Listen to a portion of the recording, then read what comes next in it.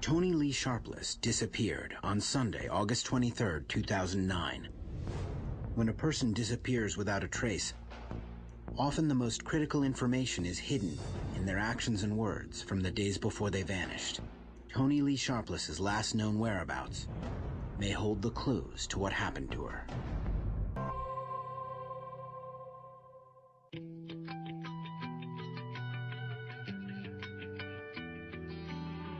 It's summer 2009. 29-year-old Toni Lee Sharpless is working at Lancaster General Hospital in Pennsylvania. Toni is a nurse, specializing in infectious diseases. She enjoys working as a caretaker immensely, despite the long hours and challenges of the job. She loved nursing, loved it. I think she liked the challenge of figuring out what was wrong with people and helping them and then seeing them get back on their feet. And she made a lot of friends, patients and other nurses. When Toni is not at work, she spends most of her time at home, caring for her 12-year-old daughter. Toni became a mother when she was 17 years old. She has always been extremely devoted to raising her child. When Toni got pregnant, we never really discussed whether she was too young or not. She just said she wanted to keep this child, and she said, I will do anything that I have to do to support this child. Between being a mother and working full-time, Toni keeps very busy. But Toni didn't always have such a good handle on things. The first time that Toni had a breakdown, she was approximately 19 years old, 19 or 20. She called me at home. She said, I can't stop crying, Mom. I don't know what's wrong with me. And that's when the first time she had went into the hospital. Over the next several years, Toni is repeatedly hospitalized. But the doctors are unable to diagnose her condition. When she would have the crying spells, it could last a day, maybe 3. It was very hard for me as a parent to see her going through this, and I didn't know what to do.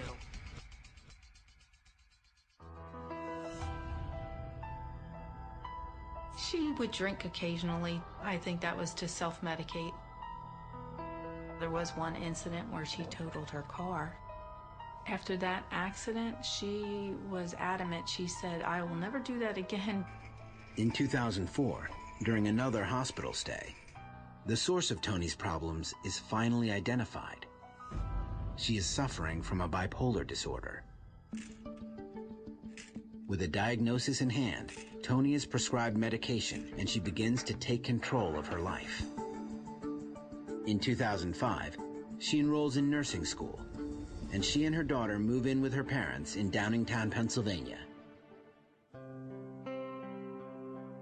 She was working full-time and going to school full-time. She was very determined. If she wanted something, she set a goal, she went for it, and she made sure she completed it. Toni finds work immediately upon graduation. It seems her darkest days are behind her, until again, she has another relapse. In March of 2009, she was having like manic attacks and depression. Manic is where the person doesn't sleep. They just constantly go, go, go, and they just talk, talk, talk.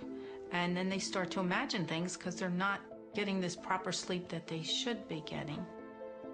Toni asks her family to take her to a rehabilitation center where she can be treated for her psychiatric problems. Crystal Johns, an old friend of Toni's from high school, also accompanies her. When I took her to the rehab, I didn't recognize that person. That wasn't a person I was familiar with. Toni stays at the hospital for 3 weeks, but when she is released, Toni has a new prescription and appears much improved. Toni's behavior was like night and day from the day that I took her in to literally just a couple weeks later when she came out. You could tell whatever they did in there with the therapy and the proper medication definitely was going to be a huge help for her. I think that she felt that the doctors had finally got it right. I felt very relieved because I thought, well, now she's on the right track and hopefully this will, stay the same for a long period of time. She was like a whole new person. But Toni's new treatment plans require some hard changes in her lifestyle.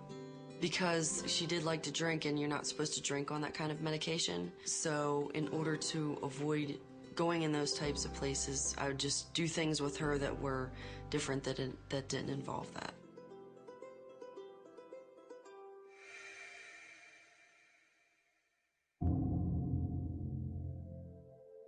6 months after being released from rehab, Toni is back at work. On the morning of Saturday, August 22nd, she finishes a night shift at Lancaster General and stops by her sister Candy's house on her way home.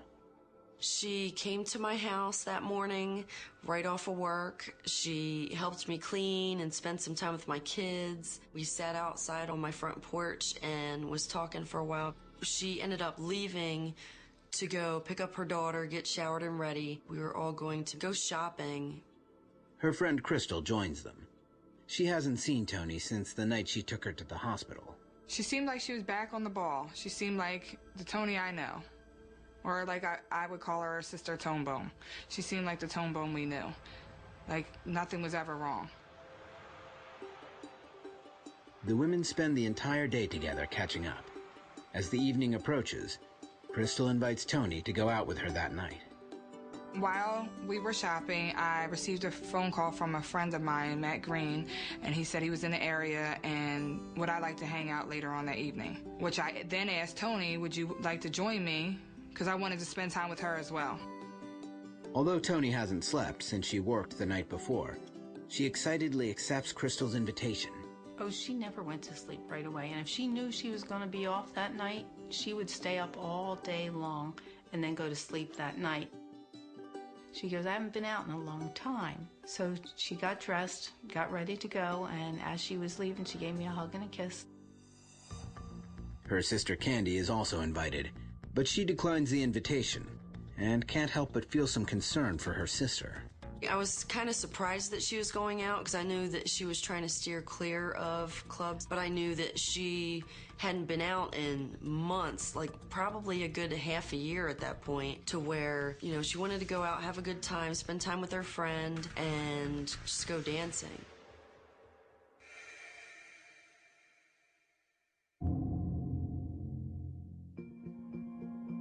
I spoke to Matt, and he said he was in Old City at the G Lounge, and we agreed to meet him there since it wasn't too far from where we were. When Toni and Crystal arrive at the G Lounge, they receive special treatment. Crystal's friend Matt is the brother of Willie Green, a professional basketball player on the Philadelphia 76ers. When we went to the G Lounge, we got into the VIP. We just had a couple of glasses of champagne and danced. Toni, she was on the dance floor more than I was. We mingled, we met a lot of people, a couple celebrities, and that was it. We had a good time. It was almost like the most perfect night ever. Almost.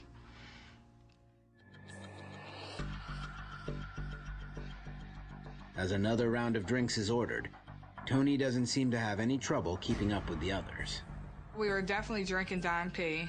I prefer Grey Goose and pineapple. We had a few of them. We took a couple shots the waitresses were bringing around. Toni, she just seemed great. We had such a good time, and that's all we kept talking about, is how fun of a time we were having, and we didn't want it to end, and the time came too quick. When the club closes at 2 a.m., Willie invites the group to his house in Gladwin, a suburb outside of Philadelphia. And I discussed it with Toni, and she was like, yeah, because we weren't ready for the night to end, so we decided to go. At Willie's house, the socializing continues with a drinking game and then a late-night dip in the swimming pool. Everybody was outside but Toni. When I dove into the pool and I came up, they said, your girlfriend is in there yelling something. So I immediately went into the house and said, what's going on? And I didn't really understand what was wrong with her, but I could tell that her pupils were dilated and that she was very intoxicated. I don't know if it hit her at that moment, but it was definitely time to go. Her behavior had changed. Crystal tries to calm her friend down, but it seems that a switch has been flipped. Toni becomes very aggressive. Everybody else came in to see what the commotion was, and that's when the situation just turned crazy. Toni came out and said things and was yelling profanities, and she went inside Mr. Green's basement and slammed the door, kicked a chair, a couple different things. I never seen Toni act this way before. I was embarrassed. I didn't understand why she was acting like this. I didn't know how to handle the situation. I thought the best situation would be to leave. Crystal says that Willie has also had enough. He asks the two women to go, but Toni insists on driving. She grabbed the car keys and said, I'm driving. She was telling everybody it's her car and she was driving, and if I wanted to go home, that I would get in the car with her. They asked me, "Are you sure you want to get in the car with her?" And I said, "We came together, we leave together." But once they are in the car, Crystal says that Tony becomes even more irate. We got maybe 2 houses down the road, and she slammed on the brakes, and she said some things to me in reference that I was laughing with them. I just think the liquor kicked in, and she was just a little paranoid maybe. I don't know exactly what she was thinking at that point. I was confused. I was like, we're going to go home and laugh about it tomorrow, you know? That's what I thought. But Crystal is unable to calm Tony down. Tony orders her from the car, and Crystal finally gives in. I just thought, let me get out the car. She'll come back for me. As soon as Crystal steps outside, Tony speeds away into the darkness. I never thought she wouldn't come back.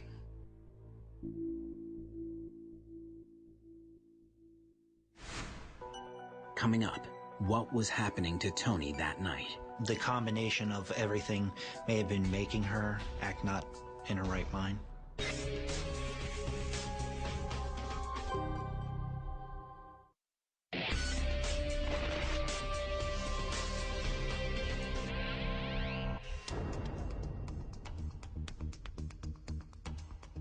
After a long night out on the town, 29-year-old Tony Lee Sharpless seems to lose control.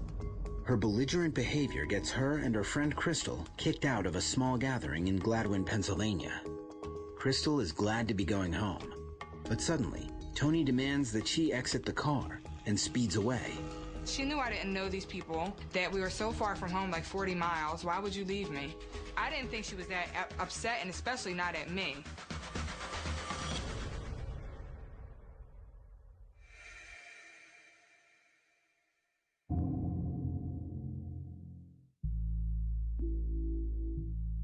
It's 5 o'clock in the morning. Crystal finds herself in an unfamiliar neighborhood, a long way from home. I could still see the guys from the party yelling for me to come back, and I was so embarrassed that I just put my hand up and said, I'm fine. I started walking towards the direction that she had went, thinking that she would come back for me. So then I called Tony's phone. She didn't answer, and I called again, and it was obvious that she had turned the phone off. It was scary, it was dark, there was no street lights, and I had no clue exactly where I was. I thought how angry I was. How could she leave me? I don't know. I just hoped that she was going to come back for me. That was the initial feeling. Crystal continues trying to reach Tony without luck while she walks to the expressway that they took to get there.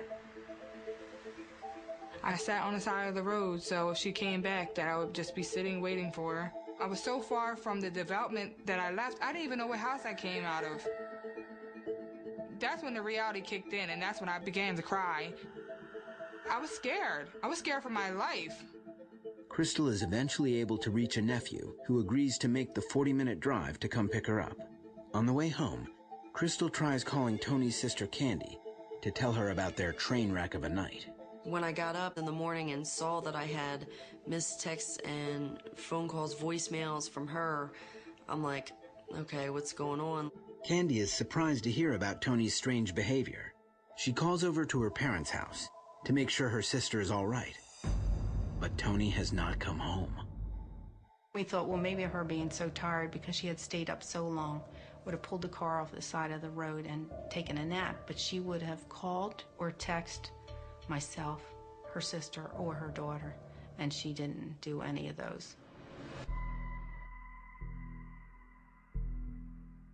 Candy and Crystal are worried. They know that Tony hadn't slept for over 36 hours and had been drinking. They wonder if it's possible that Tony has had some sort of accident. I called all the local prisons to see if she happened to get a DUI. Check with hospitals, things of that nature, see if there was a car accident. Nothing all day. I had tried calling Tony. I had tried texting her. No response, no response. And being a close-knit family, I know she would have called one of us by then. So now red flags are going up. Something's wrong. Where's she at?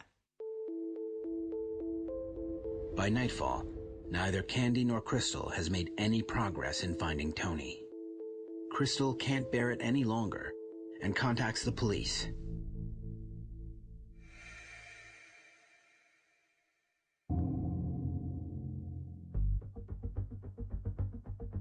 I called the West Brandywine Police Station, spoke to Officer Moore. He informed me that usually a family member calls, and I said, well, her family doesn't want to jump the gun at this time, but something doesn't sit right with me. I was the last person with her. I want to know where she is. Candy agrees to go down to the police station to file the missing persons report for her sister.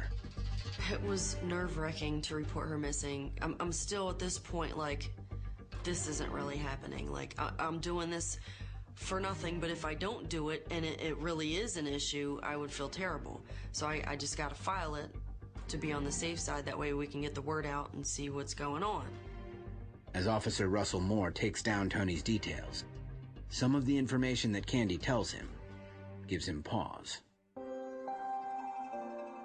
She did mention that Tony had had a couple cases of where she had attempted suicide, which did concern me that this could be another attempt.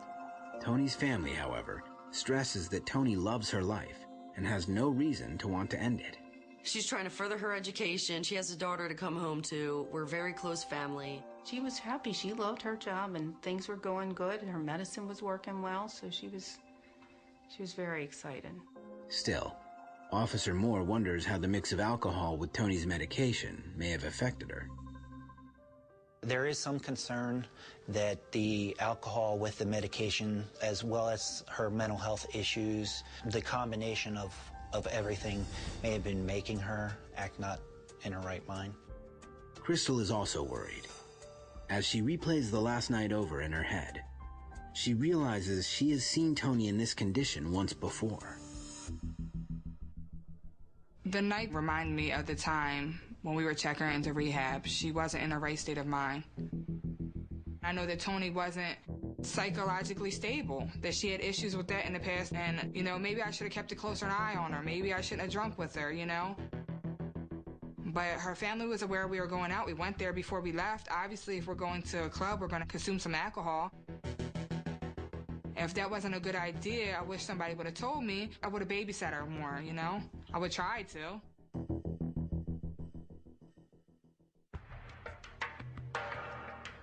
Officer Moore enters Tony's personal data and vehicle description into the National Crime Information Center database. He also contacts the Lower Merion Police Department, whose jurisdiction includes Gladwin, where Tony was last seen.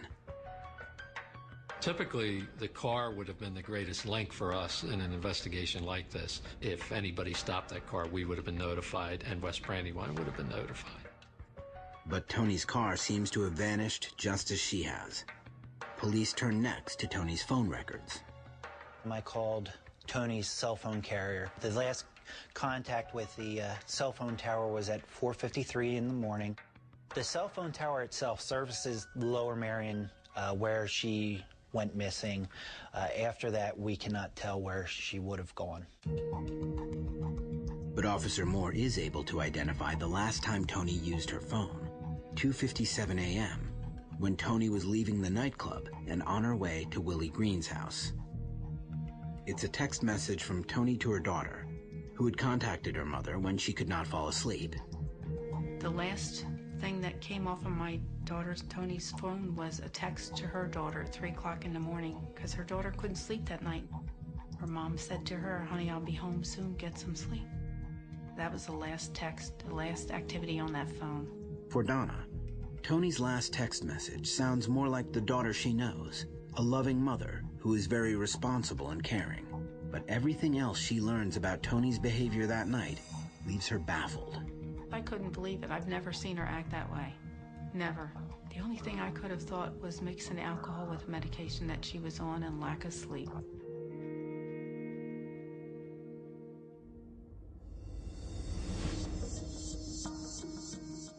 With this in mind, Donna and her husband Peter begin driving the roads around the area where Tony was last seen.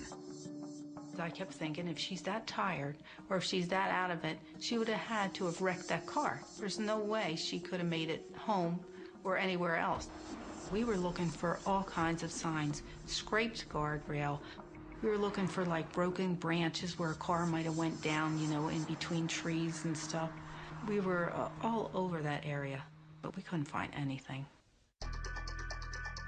But when Donna and Peter study a map of the area, they are struck by something. Tony could have taken a wrong turn looking for the expressway entrance heading home. Leaving Gladwin area, it only takes you into Philadelphia. You have to go off the next exit, turn around, and come back. So we thought, well, instead of that, we'll just go down under the bridge, and that's where the river happens to be. You make a sharp left, and then the park is off to the right. And that's what made me think, well, if she had pulled in there, she could have went right off the boat ramp and into the water.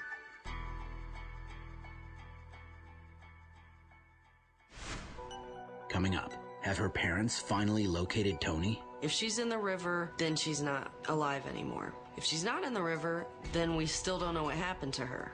It was a lose-lose situation at that point.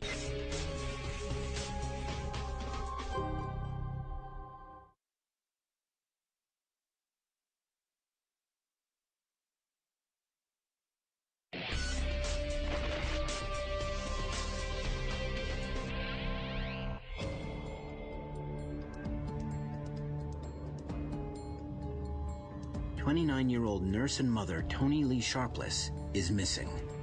Overtired and operating under a dangerous mix of bipolar medication and alcohol, Tony was last seen in Gladwin, a suburb of Philadelphia that she is unfamiliar with. Her family fears that in her altered state, Tony may have driven into the Schuylkill River. We decided the Schuylkill River needed to be searched because that was the closest place to Willie Green's home. If my daughter left there and went down to park the car, she could have went into the boat ramp because it was like approximately 5 o'clock in the morning. It was still dark. And when you're looking at water and a road and they run together, you can't tell the difference between the two of them. When Tony's mother tells the police about her theory, they agree that the area can be very disorienting, especially at night. Anybody who's not familiar with that section of the township, the Gladwin area, could very easily get turned around and lost, because while it is a residential area, it is heavily wooded. There's no sidewalks, and there's not a whole lot of street lights. They also agree that the location is very isolated. If Tony had driven into the river, there would most certainly have been no witnesses. The area is fairly desolate at night. The boat ramp is not meant to be used after sundown, so there is no reason for anybody to be down there. However, the authorities feel that there is not enough probable cause to warrant a river search. Our officers went down to the river and checked to see if there's any indication whatsoever of a vehicle going into the river, and we didn't find any.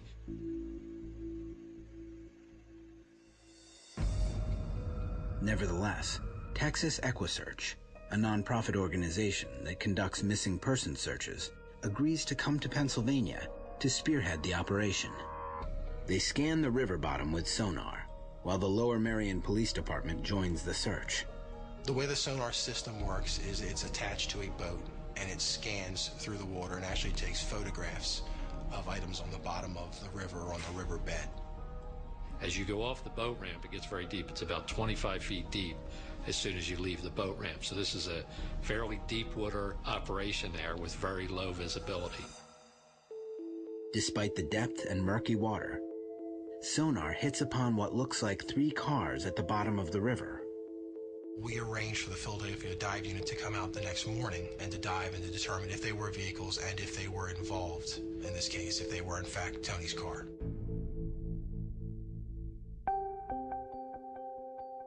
While Donna is happy that the search is being conducted, she cannot bring herself to be there. When they had said there were cars in there, my heart was pounding. I was home, pacing the floor. I was pacing the floor, my husband and I both. Tony's sister Candy, however, is there, steeling herself for whatever they find. It was kind of nerve-wracking because it was a lose-lose situation at that point. If she's in the river, then she's not alive anymore. If If she's not in the river, then we still don't know what happened to her. Before the dive team begins their work, investigators go over the river with a second, more advanced sonar. They discover much more than they had bargained for. The total number of vehicles that were found in our section of the river was 11. According to the police, the remoteness of the boat ramp makes it a popular spot to get rid of stolen and other unwanted vehicles. What the dive team did was they went into the water there, and they would be able to, on a close-up view, take a look at the vehicles and get a basic description of them. In some cases, if there was a vehicle registration plate still attached, they would remove the plate and return it to us once they got out of the water. That's what happened in this case. As the divers work to identify the sunken cars, Tony's loved ones wait on pins and needles on shore. As they found the vehicles, they were letting me know that they weren't hers, but there was still one or two towards the end that they weren't for sure about, that they had to come back and double check on. The plan of action was to get them out of there, to get them identified for sure, you know, because even if they pulled the tag off, what if the tag was changed at that point? Candy must wait another week for her peace of mind. The weight of the water and silt collected in the submerged vehicles makes extracting them a tricky operation. A large tow truck with a boom extending over the water is needed to do the job. Watching several cars being drug out of the river, every car was like, I hope it's not hers. 9 vehicles are eventually removed from the Schuylkill River, none of them belonging to Tony. Although her loved ones are relieved, the conclusion of the river search without any new information to Tony's whereabouts increases their fear. When you have that special person in your life that's missing, you feel like you're in a black hole. You can't touch the sides. You're falling and falling. There's no bottom and there's no top. You can't see, but you just continue to fall and your heart just sinks.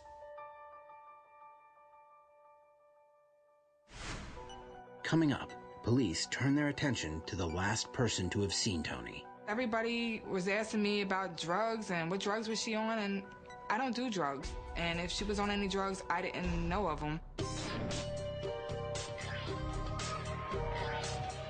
Get more Disappeared online at investigationdiscovery.com.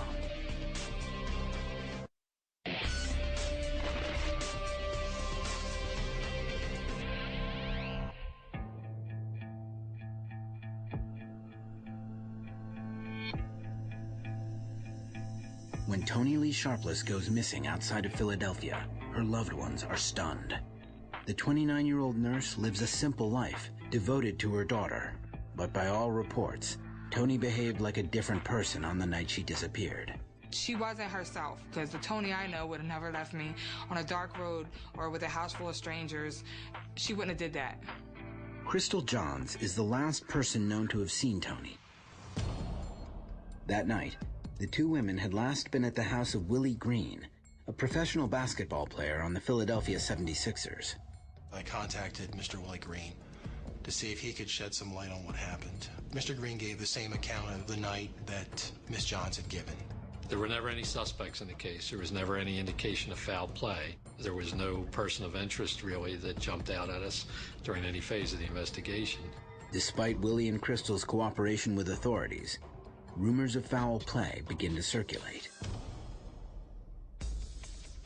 Tony's disappearance received a lot of local media coverage, both on TV and also on the internet. And unfortunately, in some of this coverage, Crystal was described or was portrayed to be someone who was hiding something or who was involved in something happening to her friend. The blog just said that me and the Greens disposed of Tony, that I'm withholding information, all types of stuff that was not true. It was almost like harassment. The one person that wants to find her friend and that took it serious from day one is being harassed. After several weeks of negative attention, Crystal calls the Lower Merion Police Department and requests to take a polygraph test. Crystal asked to take a polygraph. We were fairly convinced that her information was accurate. However, she wanted to do it because there was so much pressure on her that she may have had something to do with Tony's disappearance. I passed with flying colors. I passed. I didn't lie about anything. There's nothing I withheld at all. And I went and I got something to eat for the first time in a very long time. I finally had my appetite back.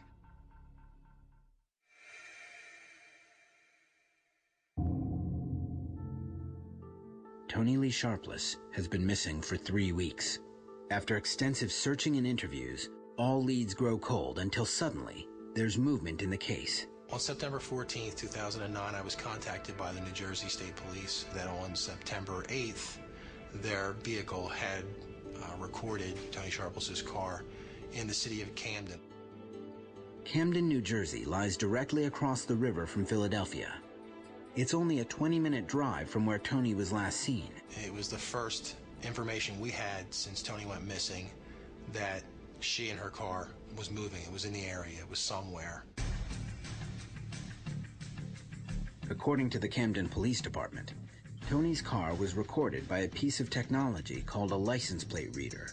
The license plate reader is a police vehicle that's equipped with a camera system that automatically runs vehicle registration plates through the computer system. It runs every tag that it passes, that it captures on this video system. But the reader that recorded Toni's license plate number was in an unmanned vehicle. If there's a police officer in the vehicle at the time that a vehicle registration plate is hit upon, there's an alarm in the vehicle, and the police officer would know then to look for this vehicle. Unfortunately, in Toni's case, the registration plate that was read, it happened at a time that the police vehicle was parked. So the information didn't come forth for several days. To make up for lost time, the Lower Merion Police Department get right to work pursuing the lead. What we did was we joined forces with Camden Police Department and the New Jersey State Police, and they conducted citywide searches for that car, particularly concentrated in that area. For Toni's family, the development in Camden, a city known for its high crime areas, makes them very uneasy. When I heard that her car was spotted in Camden, I knew something was definitely wrong. We had recently went to a concert in Camden, and she just wanted to get out of there because we know it's not a good area. It told me that either she wasn't in that car, or if she was, she may have been in the trunk of the car, because she would never go to Camden on her own, not willingly anyway. While friends and family believe that Toni has almost certainly met with foul play, the authorities quietly develop a second theory. It was reported to us that Toni may have had an addiction problem earlier in her life. The fact that her license plate was read in Camden worried us, because if you knew where to buy drugs, that would be one of the areas to go. But police are unable to determine if Toni has bought drugs in Camden before. Everybody was asking me about drugs and what drugs was she on, and I don't do drugs. And if she was on any drugs, I didn't know of them, and I would definitely volunteer that information. As a result of the investigation, we certainly became aware of almost all aspects of Toni's life. I was told through her family and through her friends that Toni did have a history of drug abuse. Yes, the area where the car was seen, high prostitution, high heroin. She suffered with some past demons, but as of the time of the incident, it appeared that she had had her life in order.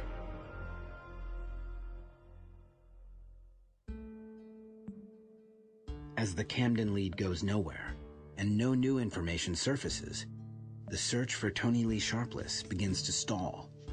It is very hard in a case like this. There's very little information here. I mean, really what we have is a girl left the township at 5 o'clock in the morning drunk and angry and was last seen by her friend. And the car, we believe, was in Camden several days later. Across town, a private investigator hears Toni's case on the news for the first time and has a strong premonition. For what it's worth, I got a flash of something and I yelled at the television. She's very much alive. Coming up, a new theory about Toni's whereabouts generates hope and fear. I know it's far-fetched to a lot of people, but in my world, that happens all the time.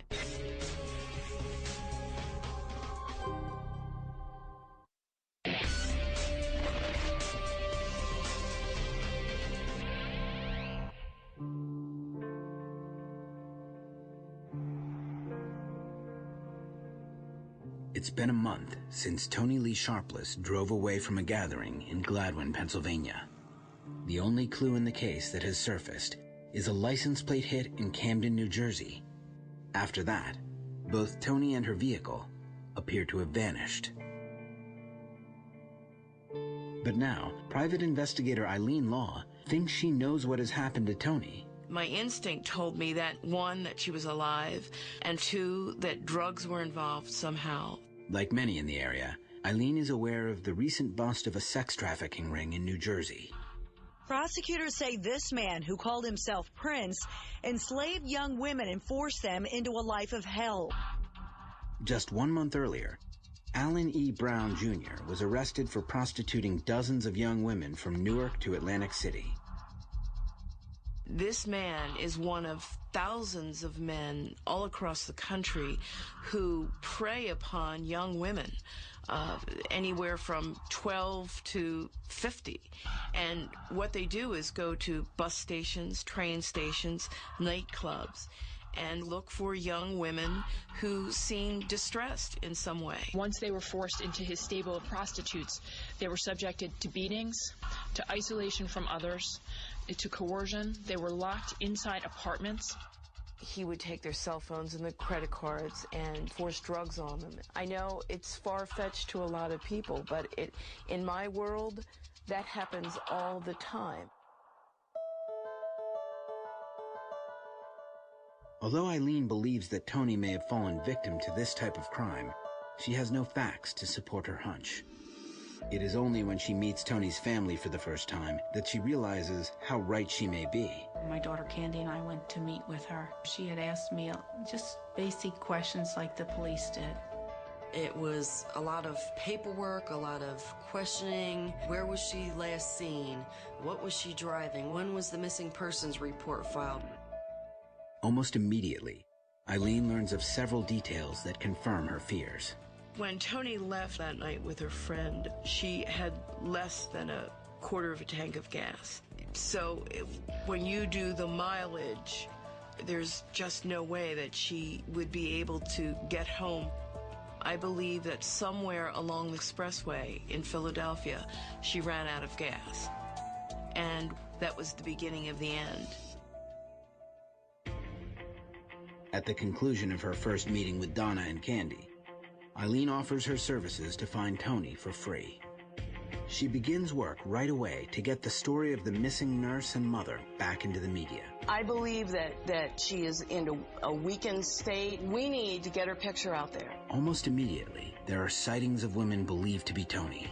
When that aired, by the time I got back to the office, there was a flood of calls. The first sightings were in the city of Lancaster, where Tony was a nurse at Lancaster General Hospital, and a lot of them used the phrase that she was distraught or distressed. As Eileen follows up each lead, Tony's family waits anxiously, wondering if Tony has really been found. There was one sighting in particular that got me anxious in Lancaster County, and that's one where the person was almost sure it was her to the point he wanted to get off the bus and go grab her. And the description of her, the description of the clothes, everything matched. But none of the sightings lead to Tony. After 1 week, the calls from Lancaster stop.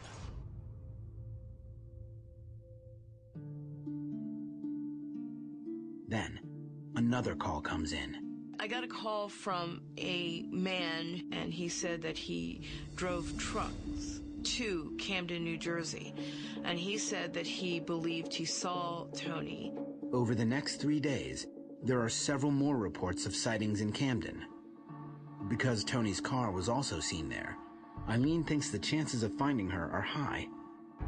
But the landscape of the area makes searching for Tony difficult. There's a big drug trade in the city of Camden. There are sexual favors that you'll see happen right in alleys in broad daylight. You'll see drugs change hands. You'll see pimps watching very carefully, and you'll see some of the girls get very nervous about talking with me. Tony's friend Crystal helps out with the search as well. We went to Camden and was handing out flyers. A lot of the girls there, after a few weeks of prostitution and drugs, they probably are unrecognizable to their own family members. It's that bad. Eileen and Crystal speak to dozens of people, but no one can definitively prove that Tony is there. Then, just as they did in Lancaster, the sightings stop and begin a week later elsewhere. There were a couple sightings in Philadelphia.